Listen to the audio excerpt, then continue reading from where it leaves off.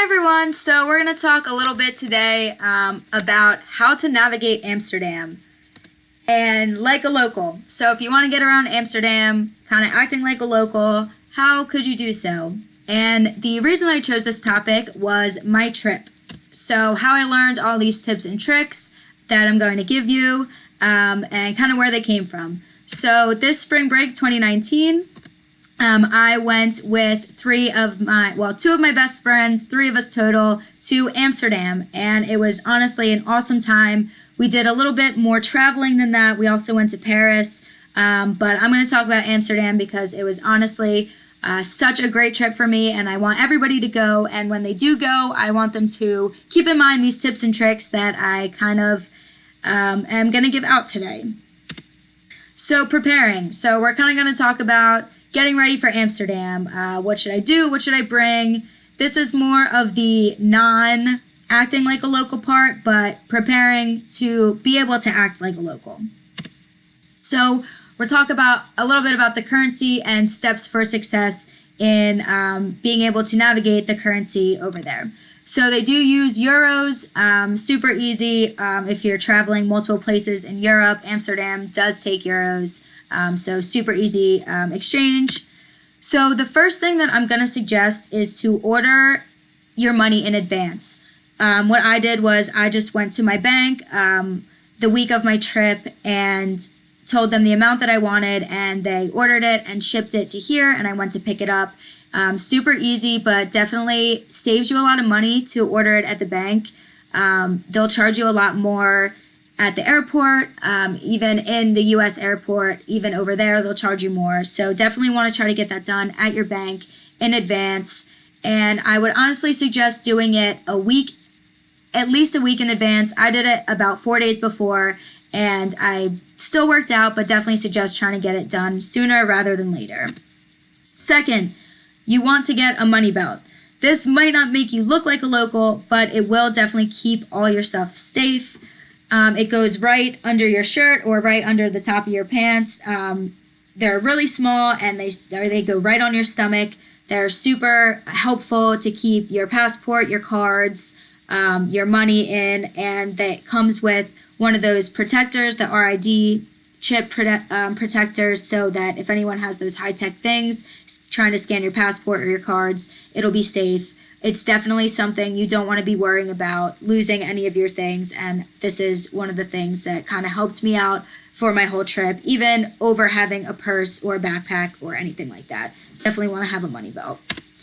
The third thing that you want to do is make sure that you talk to your bank about extra fees. So you could have, your card could work and you could have no extra fees, or you could, your bank could have these hidden fees. Say you're trying to take money out of an ATM, or you're trying to take money out. So you definitely want to check with your bank to make sure that if you're going to take money out of the ATM, or if you're going to use your card over there, because there are a lot of places that will just take cash, but there's also places that will only take card. I know what me and my friends did was I didn't have any fees on mine because it happened to be a travel card, so they would just Venmo me and I would use my card. But you definitely want to talk to your bank and make sure you're not getting any secret fees. So keep it safe. There's probably a million things running through your mind that you would want to keep safe on vacation, but definitely this number one thing is your passport. So I actually lost my passport during this trip. And let me just tell you, you definitely don't want to do that. You don't want to be wasting any time on your trip searching for your passport or thinking that you might end up at the embassy or anything like that. So you definitely want to make sure you keep your passport safe. And some things is to keep it in your money belt. So when I lost mine, I had put it on a ledge. I had it in my hand. We were traveling. So you definitely want to keep it in your money belt if you're not directly using it. Definitely make a copy of your passport. One of the girls I traveled with did this, and it would have been super helpful had anything happened to her passport, or God forbid we didn't find mine. I didn't have a copy. You just want to make sure that you have a copy regardless, just in case anything happens. I would highly recommend it. And just check, check, check. Make sure you're always checking if you have your passport. I would suggest every day you check if you have your passport on your trip, just to make sure you don't want to go a day more without having it or anything like that. So definitely always check. Make sure you have a copy just in case, and keep it in your money belt when you're not using it. So arriving in Amsterdam. So you're probably thinking, how do I even navigate around Amsterdam? What do I do? Things like that. Do I take Ubers? Do I drive? And we're going to talk a little bit about the transportation dues. So what you should do, and kind of what I did, and I thought it worked for me. So I think if you want to act like a local, you definitely want to follow these tips. The first one is the train. So you're going to have to take the train. There's a train from the airport directly to Central Station, Amsterdam. And in Central Station, Amsterdam is where all the trams are. And their public transportation is super progressive. It's really awesome. Everybody uses it. You actually don't see a lot of people driving cars. So definitely if you're trying to act like a local, you don't want to be driving around in a car or even an Uber. There's barely even places for you to drive on the street if you're trying to do that. The trams are really big, and they're really easy to navigate, just like the metros around here. They're just above ground. So one thing, if you are planning on riding the trams and you want to act more like a local, you'll want to get these passes. You'll want to get a, however many days you're there, you can get a week pass or daily passes. But pretty much everybody in Amsterdam has these passes, and you just step on the bus, you scan it, you check in, you check out, and it's really easy. We used it the whole time. We had no problems. Even if you get on the wrong tram, it's super easy to just get back on because you paid for the whole pass for the whole week. So it's really awesome, and it just makes everything quicker. And lastly, don't be afraid to walk. We did a ton of walking, and everybody walks there because people aren't driving, and they're taking the tram, they're walking to stations, they're walking around, and it's part of the culture, and it's really just great to kind of see everything and take in the atmosphere. You're going to want to do a lot of walking, so don't count that out. But definitely all the public transportation you can will help you feel like a local, travel like a local, and it's super easy and navigable. So some transportation don'ts. So just some things from being there, even as a tourist, that I would suggest not doing. Bikes. So everybody there pretty much rides bikes. Again, not too many cars, a lot of public transportation, but a ton of people ride bikes. You'll see hundreds of people. Sometimes you have to stand and wait on the sidewalk for a long time till you can even get by because there's so many bikes. But as a tourist, I would highly suggest not renting a bike. One, people can tell that you're a tourist if you're renting a bike. They know the rented bikes, and they'll know that you're a tourist. And secondly, if you're blocking the lane, or you're going too slow, or you kind of don't know the rules of the bike lanes, that's going to make you seem like an even bigger tourist. You're going to probably piss some people off, and I would just steer clear of the bikes. The public transportation is definitely good enough, and you don't have to, worry about trying to get on a bike and navigate around. Second, this is more about traveling with it. So one of my biggest suggestions is pack as little as you can. Leave any non-beneficial things at home. You want your luggage to be as light as possible. I have personal experience with this, and my luggage was way too heavy, over half the size of my body weight, like a 50-pound suitcase, like 40-pound backpack, and you will be sore if you're trying to lug this everywhere. It's inevitable that you're going to be walking. We walked, I think, 15 or 20 minutes, 2 different times, just to get our luggage places, get to our Airbnbs, and it's definitely, I know it's hard to do, but it's definitely something to keep in mind, is to pack light, because you will feel it, or definitely do some upper arm exercises or something before you go, or, have someone there that's going to carry it, because it does become a little bit of a pain. So now that we kind of talked about how to navigate around Amsterdam and how to, what to bring, now you have all your money, you're getting everywhere, and what do I do? How do I kind of act like a local, but also have fun being a tourist? So your wardrobe. So some essential things that I noticed while in Amsterdam, kind of looking around at the wardrobe and trying to fit in, and kind of pick up on their style. You want to fit in while also being comfy because you're going to be doing a lot. So the first thing is you're definitely going to want to get yourself a raincoat.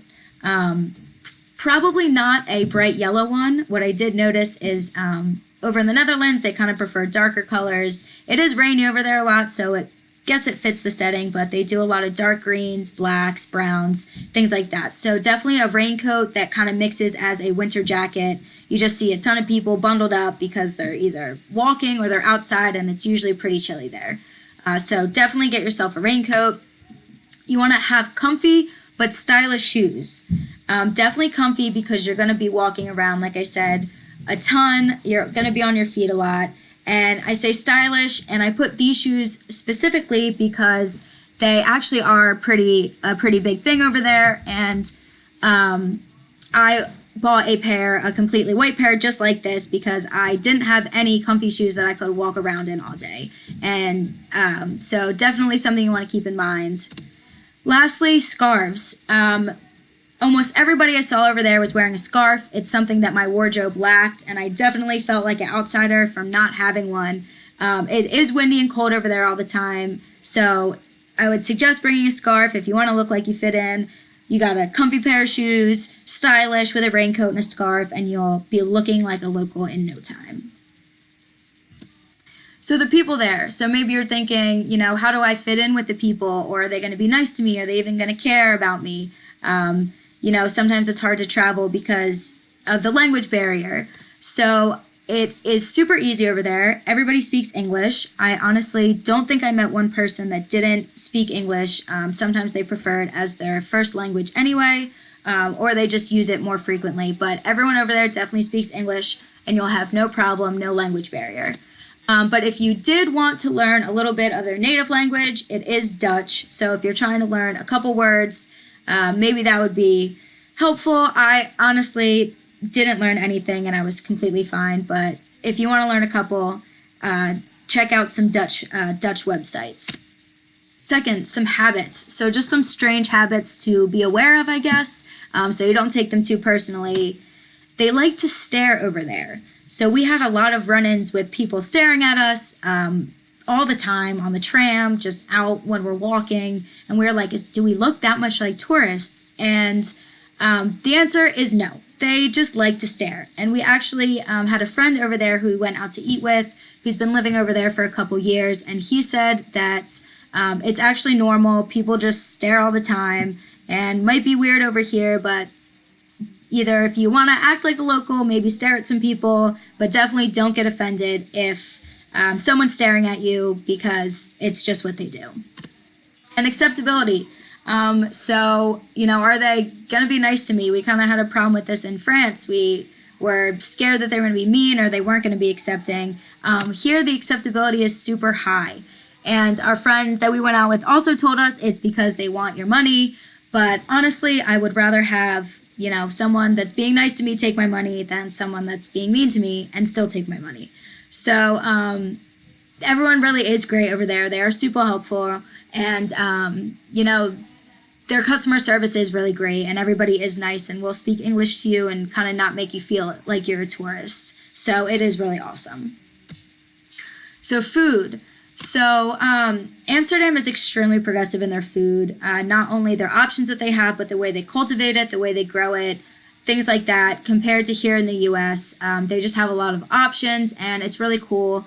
So over there, the first thing we checked out was we went to a vegan junk food bar, and it was really cool because everything there was vegan, and same thing with gluten-free. So they have a ton of vegan options and gluten-free options, and it's really awesome for people with dietary restrictions. And just over there in general, it's not as weird to eat healthy. When you're out at a restaurant and maybe over here, it's kind of, you're asking for a favor for a gluten-free or vegan. But over there, these two places we went actually didn't have options for normal food.